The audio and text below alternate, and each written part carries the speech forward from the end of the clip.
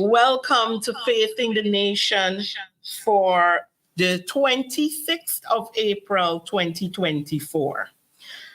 Today, I want to, as I always start the program, call up your neighbor, call up a friend, let them know. Facing the Nation is on today. And we have so much to discuss. So ensure you let them know. We're on all our social media platforms, the APNUSD page on Facebook, the People's National Congress Reform page on Facebook, the People's National Congress Reform YouTube channel, of course, on our local television, Channel 6. So call up somebody, tell them Facing the Nation is on today. We have very interesting things to talk about. As you know, so much is happening as we talk every single day. I want to go right ahead to introduce my guest for today. He is definitely no stranger to any of the platforms. He has been out there, talking for the rights of persons and that kind of stuff. So I want to welcome to the program today. And of course, he's no stranger to Facing the Nation, but we haven't had him in a while. He's no other than the Vice-Chairman of the People's National Congress Reform and Shadow Minister of Agriculture. Welcome, Mr. Vincerory Jordan. Thank you very much, Shinki, for having me, and good afternoon to your viewing and listening audience. And it's a pleasure being back on Facing the Nation once again with you. And I trust that my return would be one that will be more very soon and more often. Yeah, correct. We definitely have to work on that because there's so many things, we usually have to talk about. Saying that, I want us to get right into the discussion because the time is always limited and there is so much happening in the public domain. Currently, Guyana is facing some trying times, as I call it, under the PPPC government as it stands right now. I want to jump off something that is a little away from your sector, but you're a politician. We've been talking about a lot of things and it's affecting everybody. I want to start out by having this conversation off of something I posted on my page this morning, where I saw the response to Jagdeo in regards to the ruling by Judge Kithun in regards to the teachers' pay not being deducted. And what he said, and he is basically saying that the judge is presumptuous and using, this tone as if he's Lord and God of everything. And, whatever he says. And I want you to kind of juxtapose that to even what we're seeing in the agriculture sector. We're seeing protests arising and you're hearing people are not being paid for things. Let's talk about that. Well, Shinika, I was reading a little on it myself earlier before I came onto the program. And what I want to just back up a bit is to refresh our viewers their memories. Just about a year and a half ago, I think it was, or thereabout, when Dharmlal made similar sentiments where he sort of attacked our Chief Justice, the then Chief Justice, and court judges who made a ruling with regards to matter in the courts, and he basically told the judges what they should have said. And it is here you coming again and saying to Justice Sandal Kisoon that your ruling was out of order. That is how I take it. And he operates as though he has total control and domination over the judicial system, over the judicial officers. It comes back to the point that many would have made in the past, an allegation raised that the PPP somehow believes that they control our magistrates, our judges, the prosecutors in the court, and they take it as offense when they ever rule against them. Yeah. So it appears as though when our judges and our magistrates rule against the PPP, if you remember in the magistrate court just a few weeks ago when the magistrate took the matter with regards to Carol Smith Joseph, Walter Lawrence, the GCOM officials, and she then put it to the High Court for proper understanding and clarification. That Jagdio told the magistrate, in my own words, that, well, you're out of order, my understanding. You should continue. You're delaying the process. You are causing the system or the cases to be stalled. But here we see that these members of the PPPC, leading in front Jagdio and the others following, believe that they have control over the judges, and once they don't rule in their favor, a whip or a stick is awaiting them, and they will be flogged.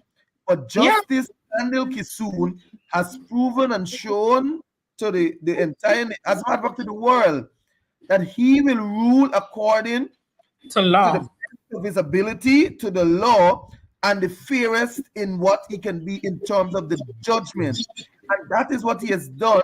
And so I believe many, like yourself and others, the Bar Association, even to the Attorney General, they should call out the Vice President for taking that he took. They should say to him, as a matter of fact, I would say that the judge deserves an apology immediately because the Vice President is out of order. And it is that they practice across the sectors. And you would be amazed to understand some of the things that they do to our public officers. And at the Ministry of Agriculture, it is the same. Many of our senior officers who controls the agencies, GLDA, MMA, GRDB, all these different agencies, New Market Corporation, they believe that these people are their children. And so public servants, they wait at the end of the day to see whether they will be upbraided, whether they will have some flogging in social media when they make certain decisions. As a matter of fact, they're afraid to make certain decisions because they wonder whether it will line up sometimes. And I have been told whether they seek guidance, because if the decision is not lined up with what the minister and the PPP government requires, they can come in strict licking, as we would put it. And that is happening across the country. I remember the leader making mention of it a few weeks or a few days ago, that even to the REOs that they would have appointed, the president appointed, even to those who are running the region, they cannot function as they wish. REOs are told to send text messages to the Minister of Local Government allegedly before they make a decision, to scan and flash documents before they make a decision, scan and flash send documents before they sign up. What nonsense is this? And now we see it playing out by the Vice President. It also brings into play what we saw in terms of questioning and even the answers given at the UN Human Rights Committee. And, the fact that the government has refused to appoint a chief justice and a chancellor, despite having an agreement from the opposition leader, which is required by the Constitution in itself, tells you. And then when he makes such statements and you have people in the government making such statements, we see why we're in the state that we're in, And very important because, as you know, I took that matter to the court, and Yes. it was pronounced upon. I think it was Justice Damon Young who Mm-hmm. pronounced on that matter and gave certain strict timelines and guidelines, so as to Mm-hmm. speak, as to what should happen with regard to the appointment of our chancellor and our chief justice, bearing in Mm-hmm. mind that the path has been made clear because the leader of the opposition has already said very clear in writing Correct. and orally that he has no problem with the Mm-hmm. appointment of our Current chancellor, acting. Mm-hmm. current acting chancellor, Madam Justice Janet Cummins, and the Yes. Chief Justice, Madam Justice Roxanne George.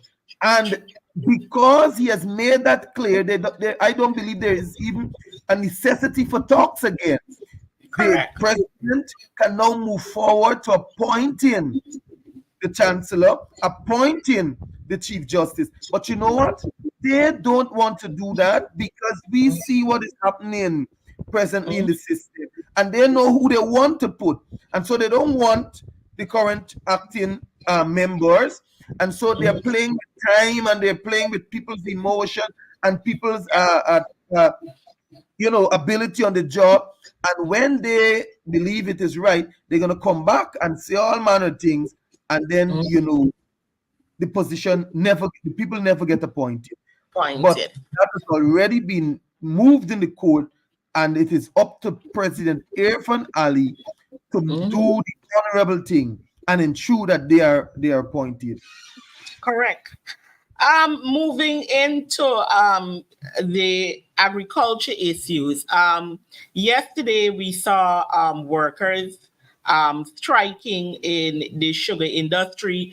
There are talks as well. We're hearing even other parts in terms of the administration. It is rumored, I should say, that they as well are not being paid. And we know this issue over the strike is about something a little bit more technical or something that was considered normal in the sector and now has not been afforded because, again, we're hearing the government in this sector, they're saying they don't have money. And, we're seeing all these monies budget for sending left, right, and center. Let's talk about that. All right. Well, Shika, I wish we could have played the video, the clip a little, but we're gonna get that in a Okay. little. We can What? play the clip. Okay, let us get because many of our viewers probably might not have heard or learned of it. Yeah. So we'll play that clip for the viewers and then Rose Hall Estate discuss it. factory workers downed the tools and walked out of the factory. Their action was in protest over the non-payment of an end-of-crop bonus. The Mhm. money is normally paid to factory workers 2 weeks after the crop ends. The first crop ended 3 weeks ago, and the management of the estate on Thursday morning met with the workers' union representatives. During that meeting, it was reportedly disclosed that Gaisuko has no money to pay the workers the promised bonus. The two sides had previously met last week, and Gaisuko promised that a 1 week bonus would be paid to the workers this Friday. When I went to the meeting this morning, they tell me no money now. So, as a representative, we got to carry the message back to the worker. So we go to the worker, inform the worker, and the worker decide. Put down the tools and text them. And wait until somebody get an answer when the money open. Thursday's meeting was attended by workers' representatives of all 4 departments in the factory. Normally, when we are out of crop, workers expect 2 weeks after crop would have ended, workers would get holiday with pay. So we were promised last week that due to some inconvenience, we cannot have it, workers cannot have it last week. So they pleaded with us to bear with them, we're gonna get it this week. They can't cut us them. Bring our weapon to the harvest to tell a play on. Look at the skin length. The skin is a double length, watch. Yeah, look at thing length. Look at thing length. That is what.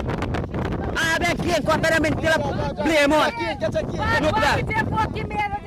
What do you see? Look at the skin here.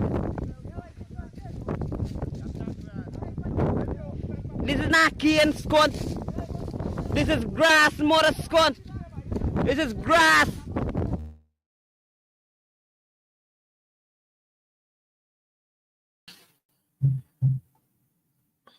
Yeah. So, Shinika, what we see or saw rather in the first video there is the demonstration of all the factory workers and other departments or gangs, as I would know it, and others who are familiar with Gaisuko would understand. There are different gangs that work in different sections of the estate. They dung tools yesterday at about 10 o'clock. I was called and I was told that of the intended actions. As a matter of fact, I advised some of the workers that they should ensure that the union play the role that it ought to play so that they will be in the safe part, because we know this government operates and we know how vindictive they can be from time to time. Coming back to the matter at hand, what is normal and traditional within Gaisuko for a number of years, people would know. I've had experience being in Gaisuko from since 2006, and it has been happening for decades before that. At the end of every crop, you would have a week or two, and then you go into a week of holiday. You know how we would go on our annual leave, as in the public sector. You go holiday with pay. As a matter of fact, this is April month in the public service. They would normally get what we call double salary. So they get a leave plus and everything this month. So the workers at Rosal Estate, last week they were supposed to receive their holiday with pay, and so as of the new week coming, they would then be home with their normal payment that they receive and another week. So they have like a little bonus to go home and enjoy a week with their families, rest after hard work in the crop, relax, recuperate, and come again to start preparing the factories, the fields, and workshop and all those, the machines, the tractors, and all those things for the new crop. However, this did not happen. The workers, as you see, they're very much frustrated. The guys who promised them, as a matter of fact, it is a normal time that they would get the payment, and they would have this 1 week with pay, go off, rest, and come back. But this year, Gaisuko is saying, or this crop, Gaisuko is saying, and mind you, this is the second crop since the reopening of this Rosal Estate that the Minister of Agriculture spoke about gloriously in the National Assembly, that we will reopen the estates at the AP and new clothes, and we will put them back into grinding, and you will see production. And oh my, he went on. As a matter of fact, I wish we can cut some of those videos and let the public hear. But the very estate has not yet met one target that they have set for the estate. And I'll tell you a little bit about the targets and so on in a moment or two. But what is alarming is that Gaisuko doesn't have any money to pay to our hard-working sugar workers. What is alarming is that at this point, yesterday being Thursday, they can say to the workers that they don't have money to pay them today being Friday, and they have to wait. I was reliably informed by one of the union workers that Gaisuko gave them no certainty as to when the money, they gave them no timeline. And so the corporation must be held accountable.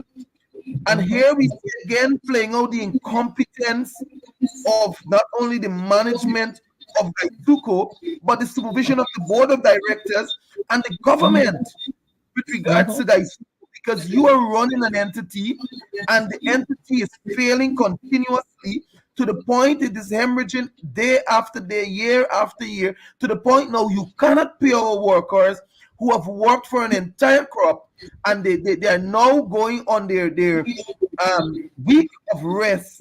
They cannot have their holiday with pay, and hence they will be going home to their families some would normally go on a little vacation, some would normally go on a little shopping. That cannot happen. And we already know Guyana, in the state it is, things are difficult to achieve. We cannot go into the supermarkets and pick up things as we used to before. We have to spend almost 3 times the amount of money we used to spend in 2019 or early 2020. Today we have to spend almost 3 times that.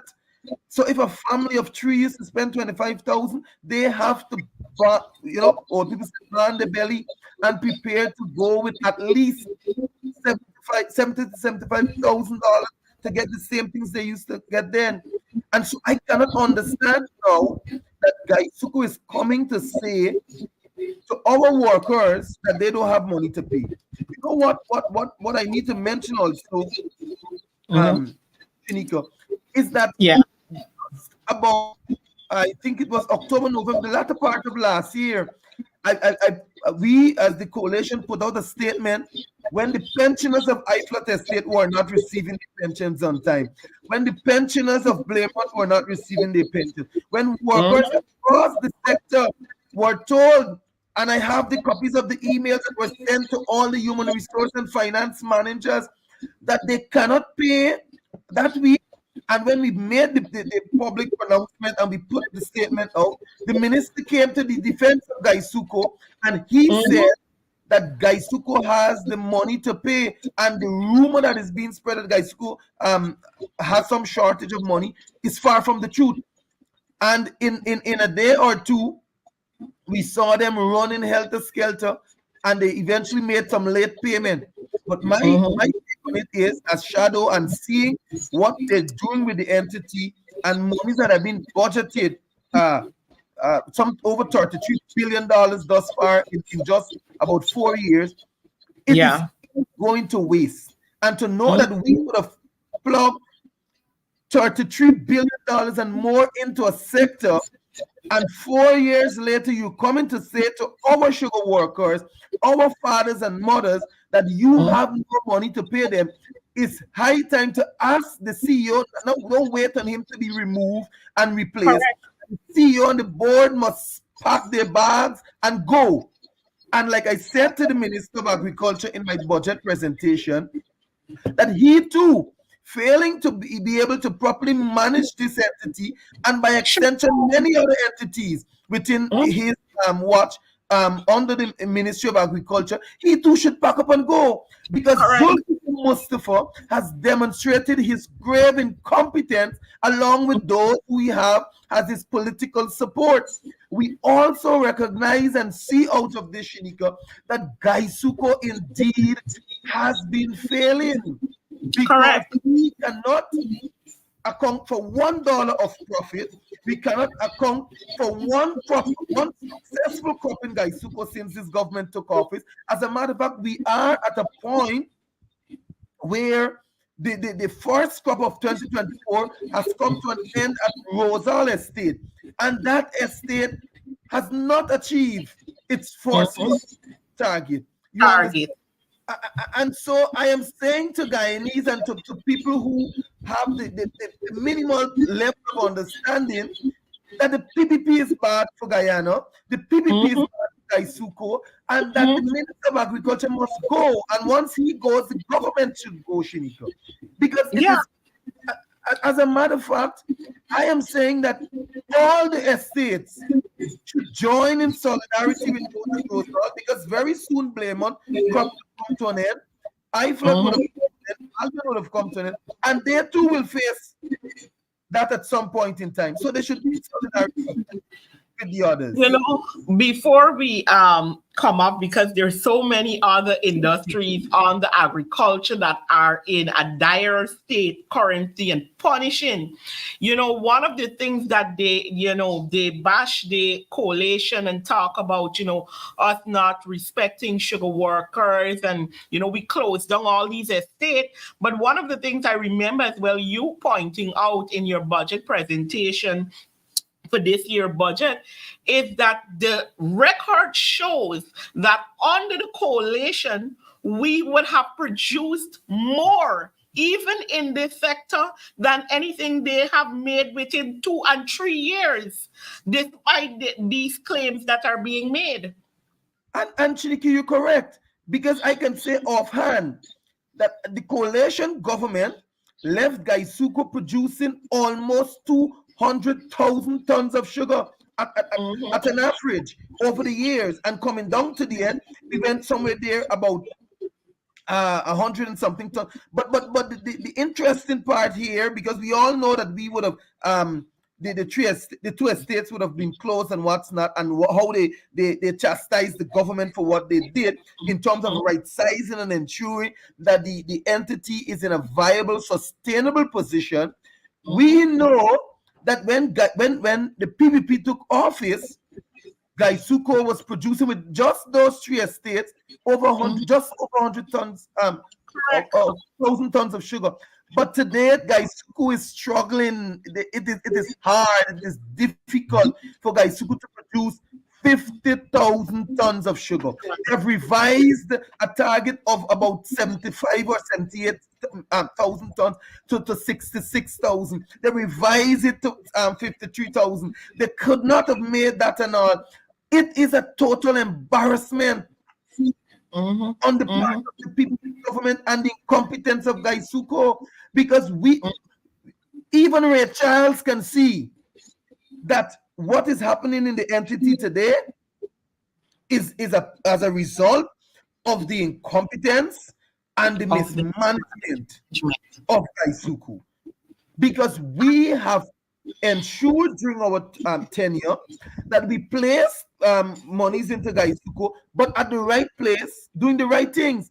But in the long run, what we ensured also, Shinika, is that the management of Gaisuko was one that was competent enough, that the staff being retrained, retooled, and equipped with the necessary functionalities and equipment that they needed so as to ensure maximum production out of Gaisuko. Today we are far from that. Superintendents are calling me to say that they're working from 6 in the morning to 8 in the night, and they're not being paid any overtime. They have just a little what you call it. They normally put that allowance, their salary, but it cannot compensate. They have reported to GAWU, and those field superintendents across all the estates are now frustrated, because you know what? Management calls them in every day to work overtime. And as I would know it, is that the allowance that is being given to them is for them to be called out in cases of emergency, not for a structured overtime week after week. And some of them are working way over the 40 hours, 60, 70 hours a week. And this is all leading up to, Wednesday coming, it's Labor Day. And we know when we have that parade, it is a thing under this government to, have workers divided. Once they're in power, there is always some sort of confusion in that regard. And I am waiting to see patiently what will happen in regard to GAWU and the government, and what the talk is going to be like at Labor Day with all of these issues coming. And it is under every union. We're seeing issues with the government, how they're treating workers, the payment of workers. It is across the board now. Yes, and it has always been with regards to Gaisuko. But the government, when in opposition, they painted this glorious picture as if the coalition had no care and concern for sugar workers. But today, as I speak with many sugar workers, they are saying that they were far more better off under the coalition in terms of payment, in terms of how they work packages. Many of the field workers, when they go on the field full with vine, and I got to speak so that they would understand, when them boys go for cut the cane and the field full with a set of bush and overgrown, they were paid under the coalition to first get rid of the weeds and all of that, and then go into the actual cutting of the canes. And you will see in a video just now the type of cane or what is being reaped at some of our estates. The union has been compromised. I want to make it very clear here because they normally say it. Coretta McDonald, who is part of the Guyana Teachers Union, comes in lots of time for a licking from the vice president and the likes of those in the PPP saying that she's political.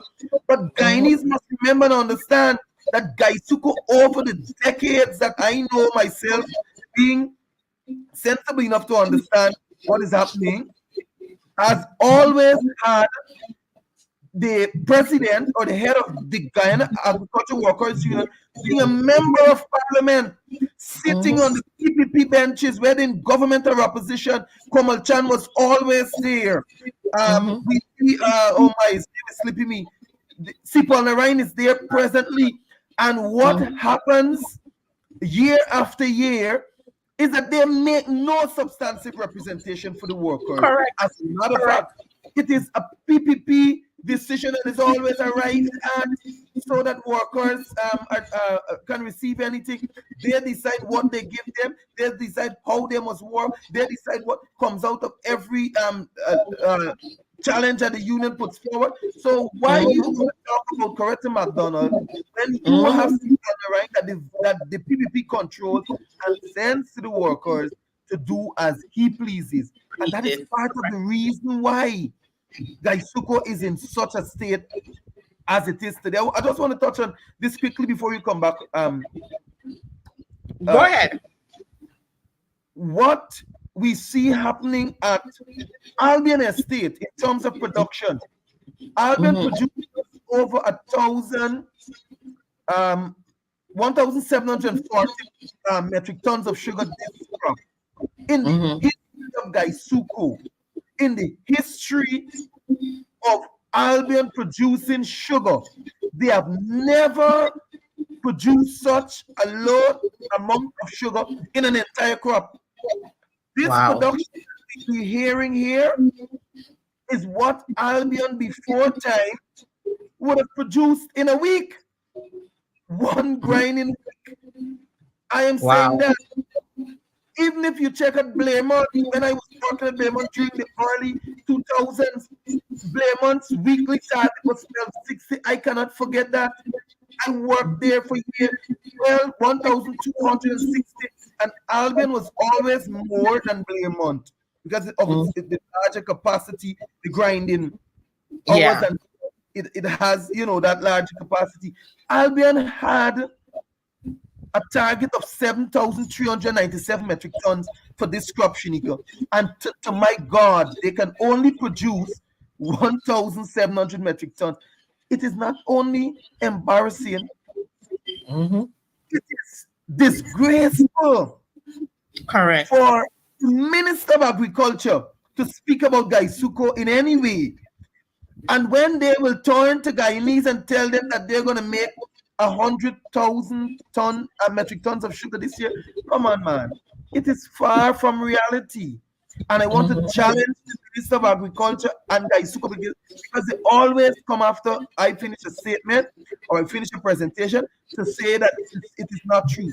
I want to challenge them to total production of sugar for Gaisuko for the first crop of 2024 and say to Guyanese what they would have achieved in the first crop. Bearing in mind last year, the first crop they made somewhere about, I think it was about 18,000 metric tons of sugar. Let them say to us if they have even reached that amount thus far. No, they don't go to the amount yet. You understand? And it is a similar thing. IFLOT producing some amount of sugar. When you go to IFLOT producing just over 2,000 tons of sugar, IFLOT has never made more sugar than Albion. Albion is the largest grinding factory in Gaisuko. You understand? At Rosal, where they reopened last year, that factory produced 1,530 metric tons of sugar last crop in last year. And we have plugged over $5 billion into the reopening of this estate in different ways, in different forms, and we have not $1 Not $1 in profit from that estate. We have not even seen the factory producing at the rate it used to produce prior to its closure. And they have pumped so much into the reopening of that estate. There's so much there is so much indeed happening at Gaisuku, and as I said earlier, so much happening in the agriculture sector generally.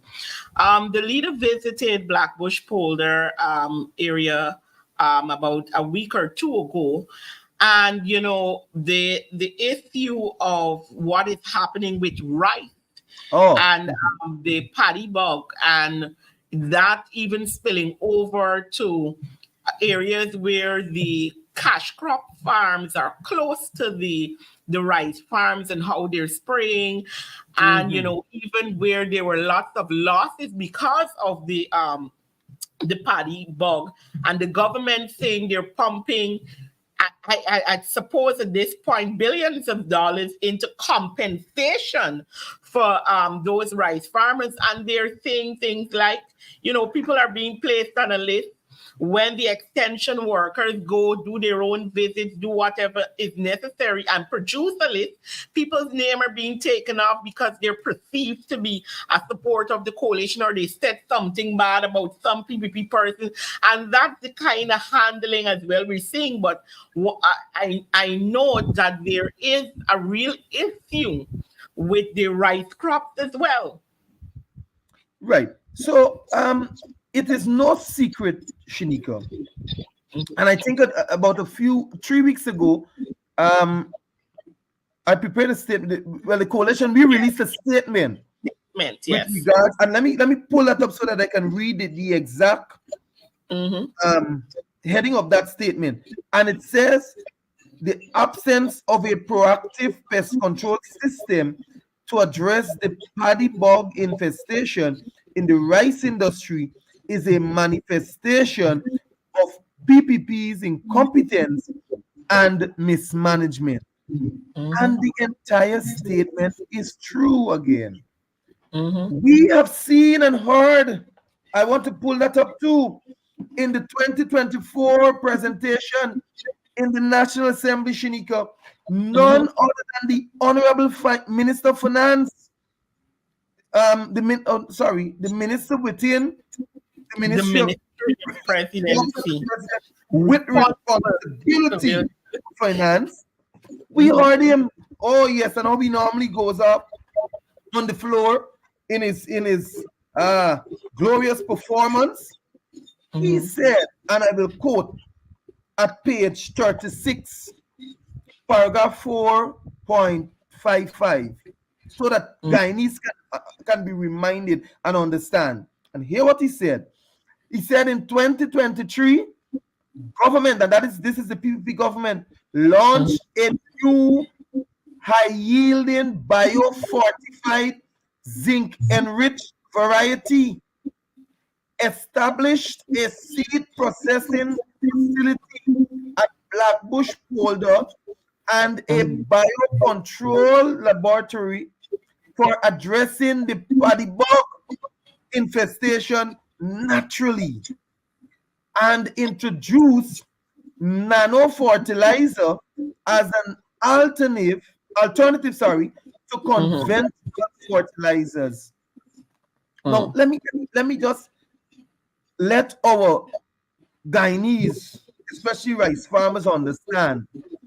This is a statement in the 2024 budget that speaks to what they did or should have done in 2023. He said that they launched a high-yielding bio-fortified new variety of rice that will naturally fight up paddy bug infestation.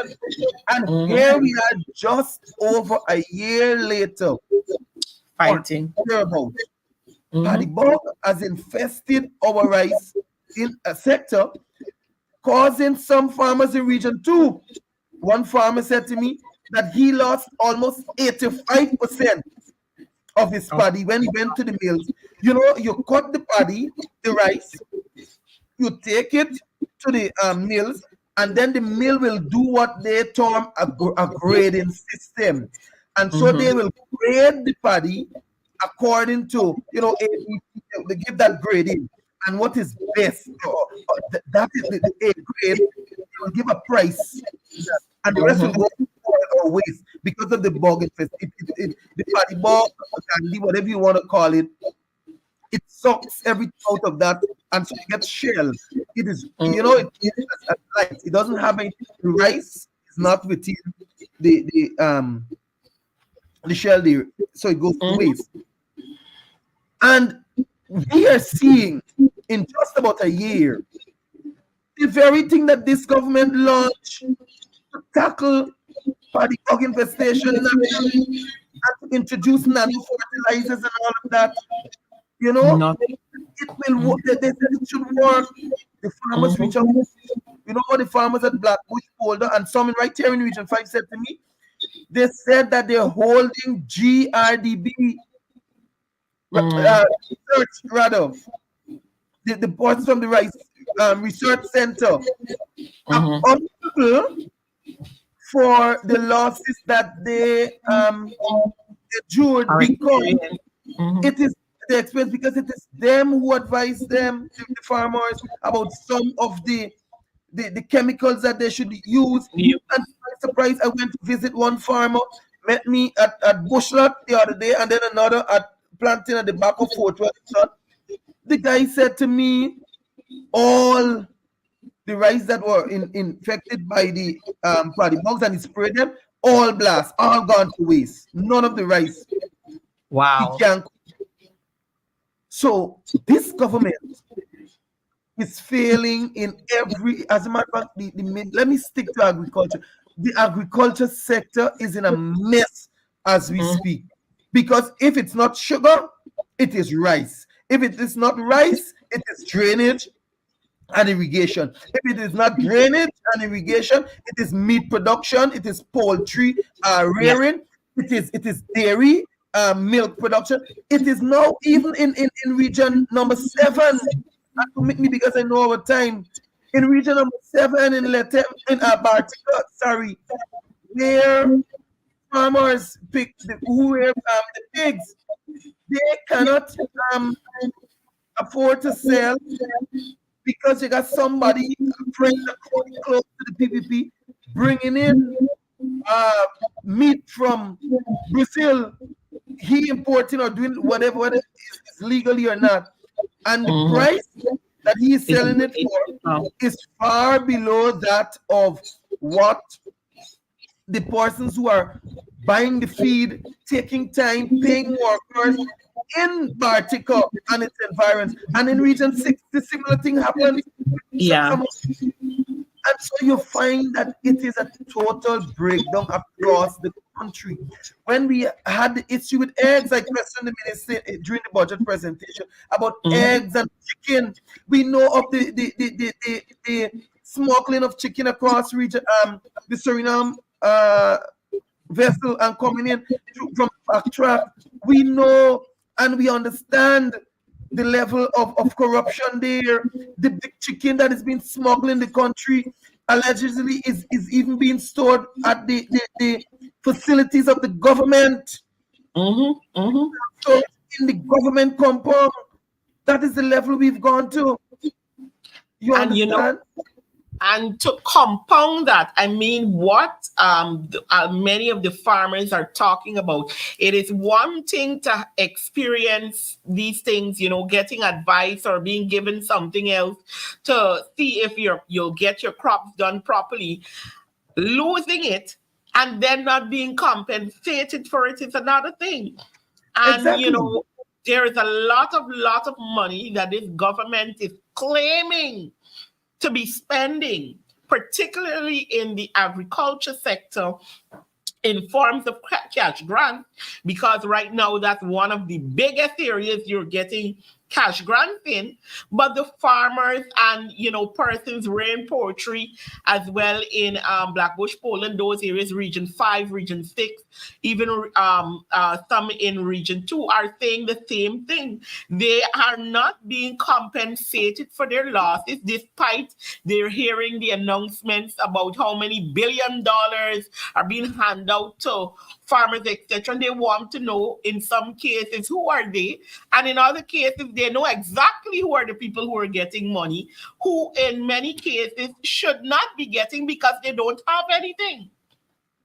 And you raise a very important point, because I can date back as far as 2020, after that massive flood that we had, where the government came to the National Assembly for billions, 10 billion plus dollars, and we are still asking for the list of the farmers that would have received the flood relief cash grant to be made public. Because like today there are farmers who submitted their names to extension officers and they never receive a cent. There are farmers who lost rice, hundreds of heads of cattle. They have never received a cent. And this is not only the known people that we know who are aligned to the coalition, because they didn't get none at all for the fact that they support the coalition. But when we go into communities such as Bushlot in Region 5, the leader went to Blackbush Polder, he went to Region 2 and Region 3. It is the similar concerns that the people are sharing in predominant PPP supported areas. They are not getting it. And we have seen and heard of persons who didn't even plant one bank borrow, of persons who didn't even had one cow, 1 acre rice, that those are the persons who have received the cash grant in the millions of dollars. And it is continuing. And to know now that the farmers are being affected by the paddy bug, I want to call or repeat the call of the coalition, as we would have mentioned earlier in our press release, that the government needs to set up in the form of a moratorium on the loans at the banks for our rice farmers. The government needs to ensure that they provide seed paddy. They need to ensure that they provide pesticides, diesel, and even farm equipment to help our rice farmers to get back into the field. But above that, they must be able to provide tangible cash grant in a structured, organized, fair, and transparent manner, so that it could go to our rice farmers and their families, so that they can survive in this period until they get it. But what I want the government to also do, as I represent rice farmers here, is that they must ensure that every rice farmer gets it. So in doing so, have representatives from the NDCs, have representatives from the coalition, have representatives from the RDCs to sit and be a part of this process, so that the people who are truly affected can receive the benefits that they need. Don't come to us talking politics when we are representatives of half the population of this country, when people in Region 5 know that they can come to the Member of Parliament, Vincerory Jordan, and he can take their names and he can make representation for them. But you as a government will not take the list from me because you perceive it to be that I will champion the cause of retaining and keeping my supporters intact. But you want to come under a tent at some compound and call out names that 1,000 persons receive cash grant. But when really and truly it is the friends, the families, the favorites, and the cronies of the PPP that are receiving the cash grant, not the people who really and truly lost their rights. Because I can tell you for a fact, there were a number of men who planted this crop for the first time who reached out to me. And you know what they said?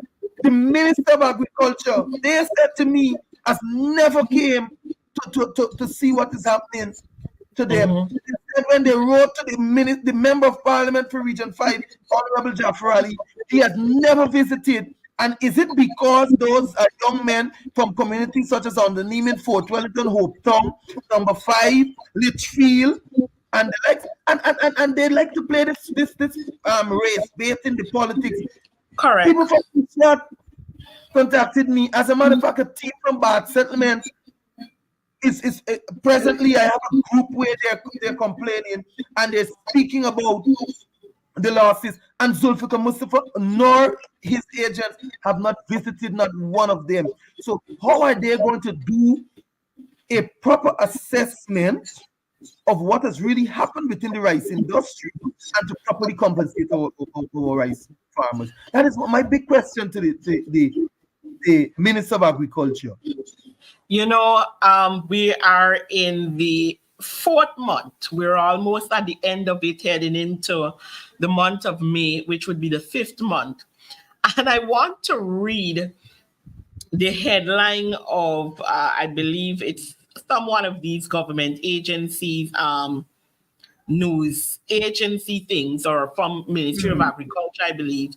And this was said by the minister in January of this year. It reads here, Guyana is poised for tremendous growth in the agriculture sector in 2024. And it in the article of itself, it says this growth will be due to the direct result of government's prudent management. It's prudent management and investment, initiative and investment. That is why we will see, this tremendous growth in 2024. This is his statement in January, and we're here discussing, and we have not even gone into every sector in the agriculture, every area in the agriculture sector. We have really hammered in on sugar, on rice. We didn't get to talk about much of the cash crops, cattle, black belly sheep, nothing. Well, that is amazing. And these are the things that we're hearing coming from farmers themselves. They are crying out. And they are, at a loss for what they will do next based on their losses and no recovery of any of it. And we have this statement here. As we wrap up, what do you have to say about this statement being we're almost at the end of the 4th month in 2024? Well, I would want to put it this way, Shiniko. Those statements are nothing new when it comes to the PPP. As a matter of fact, they are known for using those words, diversify and transformative and retool and all those fancy terms they would use. And then you go back 6 months and a year after, and you will see the very same thing that has been happening before they mention all the things about transformation. But I want to speak to the minister directly. Before the Minister of Agriculture, Honorable Zulfikar Mustafa, tries to champion this whole Caribbean food security, let him champion food security in Region 6. I can't give him Guyana because I know he will not be capable of. But let him start with Region 6. And then I'm going to give him Region 5, 4, 3, we're going to go on to the other regions. But he got to start home. There's an old adage, charity begins at home. How are you going to champion food security in the Caribbean and you want to feed Barbados and Antigua and St. Vincent and Grenada? But, sometimes you have to be, how can you, as a government, as a minister, and the president, I don't understand, the vice president, this president who is responsible for agriculture at the level of CARICOM prior to him, or probably still is, he's now chairman. How can you have your minister talking about that when you can't even fix agricultural issues in your own country? Right. Food is so expensive. You see that underperformance in your main sectors such as rice, sugar production, fishery. Fish has gone to a state that the Yeah. farmers, the fishermen, they just give up. Mhm. I pray to God that the fishermen don't go to the level that we all know how when things go bad in this. I pray to God daily. Fishermen are tired of the incompetence. When you look at the other crops and cash crops and all these other sectors within we have not yet been able to properly service our very own local markets, Shinika. Mhm. Correct. Food, Food is expensive. vegetables, fruits, and all that we need. We still going to the market and buying Boro 4 and 5 for 200. Come on, man. What Imported fruit is cheaper. you understand? It is total. I would want to put it is total ignorance to have a minister of agriculture speaking about champion agriculture at the regional level when he has not yet done it in his own country. I want to also touch on you saying the statement that they will invest into agriculture. Oh, no doubt. I don't doubt that they're investing into agriculture. I don't doubt that they're investing at all in the country. But it is the type of investment that I question. It is where the investments are taking place, and it is how it is being rolled out that I question. Yeah. Because the investments, no doubt, $1.146 trillion is going into the economy, but is it in any way reaching to any of our small man? Is it that these are really benefited when you have just about 20% of the country that includes the government, the friends, the families, the elite, and their cabal benefiting from an entire budget, and the other 80% having a little bit here and a little bit there, and in some cases none at all when you go to the lower 50%. Correct. What are you talking about investment?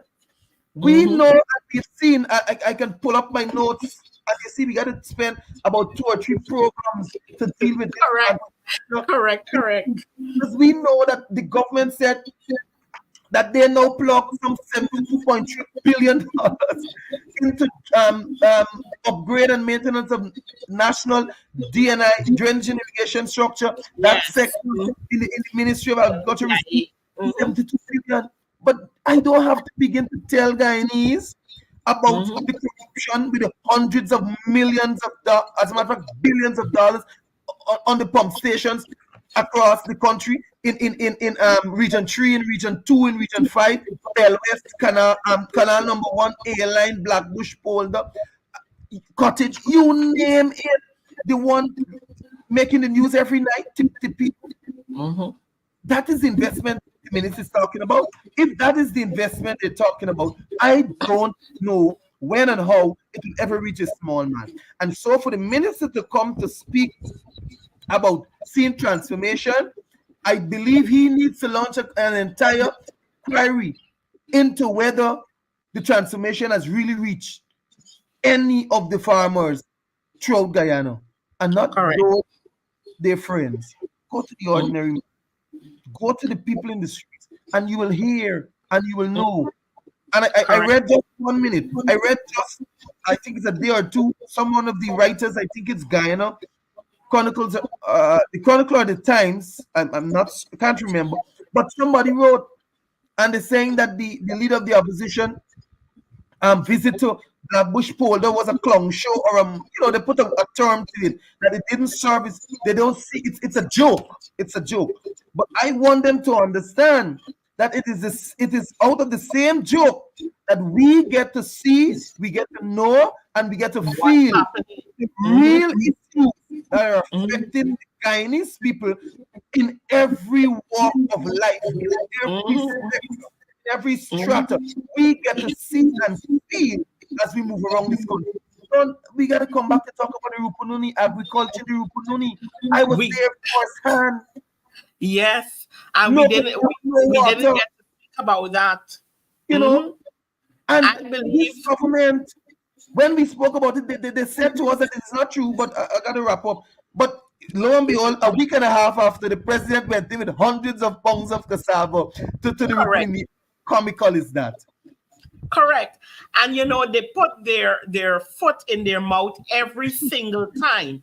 And people say a lot of things, but I am sure that the opposition is doing the job that they should. Because from the time you go into an area, the government runs behind to get the issue fixed. And that is what the opposition should be doing, ensuring that the people get the help necessary. And when the right time comes, the citizens of the country see who really cares about them and do the right thing and put the right government in place so that they don't have to continue to face this level of corruption, lawlessness, and wickedness that we're currently seeing from this administration. We're basically out of time already. I want to advocate now that, we do part 2 next week. Because there are a lot of things that we did not get. I have a long list here, and we've only spoke about 2 things on my list. Right. So I'm hoping that you can, commit to coming on next week somehow. And I would try my best. My commitment is that I will try my best so that I can come, so that we can go into, because we need to touch areas such as NDIA in depth to get people to understand. We have MMA in Region 5. Oh my goodness. The amount of visit and the Rupanuni visit as well, and those things we really need to have a deeper conversation on it. And I want to touch on some issues as well outside of the sector, because there are a lot of other things that we need to give insight on that I'm sure that you're more than capable of giving insight to, that we must talk about. But we have to close up right now. But before we close, I just want to give you the opportunity, to say something direct to our audience before, we wrap up in regards to everything. Well, I would want to say to our audience, and this is general, I want Guyanese to really pay attention to what is happening in Guyana, assess for themselves what the government is doing, what the coalition government has done over the past 5 years, and the concerns and the interests.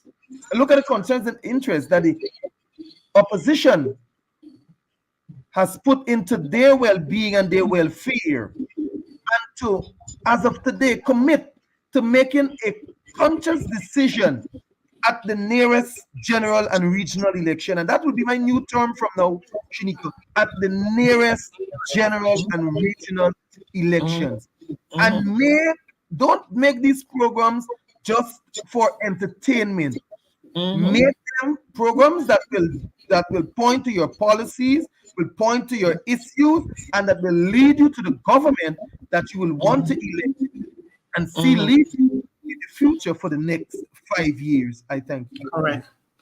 I want to thank you so much for joining the program today. And I definitely hope to get you back on program next week so we can continue this conversation. I want to thank my viewers, as always, for joining us today. And, I always want to remind you, it is our job as citizens of this country to hold the government accountable in every aspect, in every sector. And when the time comes, as we're seeing all of these things that are unfolding, it will be our duty to go to the next poll and ensure that the PPP does not have the opportunity to continue to spiral this country in a downward direction as they're currently doing, as we read the news every single day. So I want to charge you to continue to talk to your relatives, continue to talk to your friends, and continue to hold the government accountable. And when the time comes, we do what is right. I want to thank you once again for joining Faith in the Nation. See you next week, same time, same place, and let's keep the conversation going. Thank you.